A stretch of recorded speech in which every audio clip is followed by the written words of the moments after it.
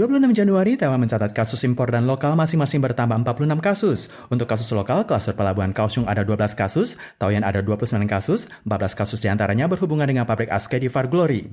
Karena sempat ada jejak rekam kasus positif, Gedung Taipei 101 tanggal 26 berhenti beroperasi 1 hari. Kasus adalah seorang editor majalah, 21 Januari sempat mengikuti kegiatan di Taipei 101, termasuk Chen Poling dan total 9 artis pria lainnya.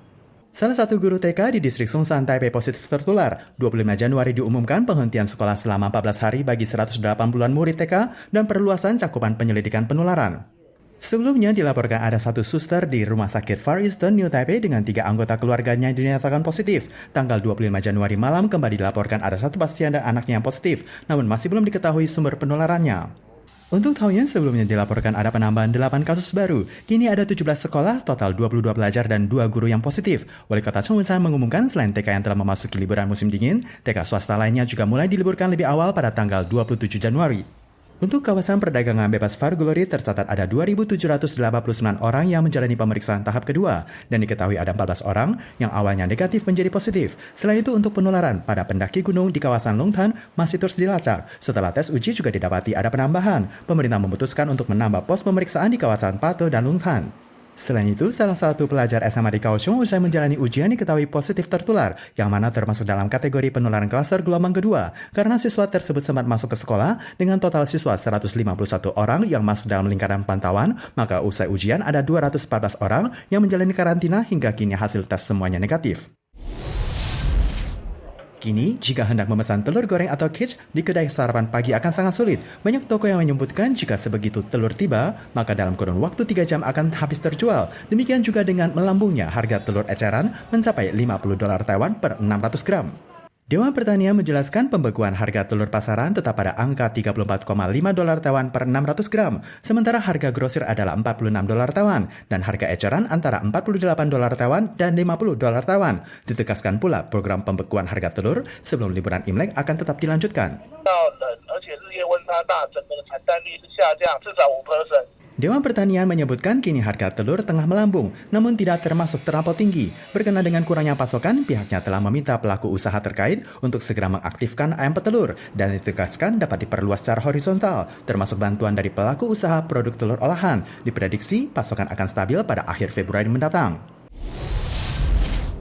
24 Januari, UN Legislatif loloskan pembacaan ketiga perbaikan peraturan dan hukuman lalu lintas dengan memperberat sanksi bagi pelanggar mabuk mengemudi. Dalam kurun waktu 10 tahun, residivis yang melanggar 2 kali, maka nama dan foto pelaku akan dipublikasikan dengan sanksi denda maksimal $15.000 Taiwan. Selain itu, pelaku wajib ujian ulang guna mendapatkan SIM dan mobil harus memiliki kunci anti alkohol. Jika tidak dipatuhi, akan dikenakan denda maksimal $120.000 Taiwan.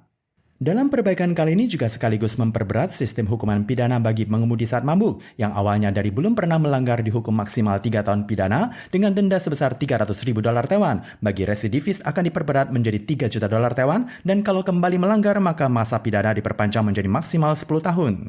Dalam amandemen kali ini, selain untuk mengemudi saat mabuk, juga ditetapkan regulasi untuk mengemudi saat penggunaan narkoba. Pelaku yang mengakibatkan korban luka parah atau meninggal, izin kendaraan akan ditilang 2 tahun. Fraksi dari berbagai parpol berharap dengan amandemen ini mampu mengentaskan masalah pelanggaran mabuk mengemudi. Daya tular varian Omicron sangat tinggi membuat jumlah kasus di Korea Selatan terus meningkat, mencatat penambahan 13.000 kasus dalam sehari. Pemerintah Korsel memutuskan untuk memperpanjang jam malam dan prokes ketat. Namun tanggal 25 Januari, 200-an pelaku usaha kecil demo di dekat gedung DPR setempat dengan membotaki rambut. 월세가 밀려서 명동 소송을 당하게 되고 직원들은 하나하나 내보내야 되고 정말 제가 사는 게 아닌 삶을 계속 살아가고 있습니다 지금. Program hidup berdampingan dengan virus dengan memperlonggar prokes yang diterapkan di Korsel tahun lalu tanpa diduga menjadikan jumlah kasus melonjak. Seiring dengan hantaman varian Omicron, jumlah kasus bertambah. Prokes ketat kembali diberlakukan sejak Desember, termasuk restoran, kafe, kedai bar harus tutup pukul 9 malam. Pemerintah mengumumkan semua peraturan akan diterapkan hingga liburan tahun baru Imlek.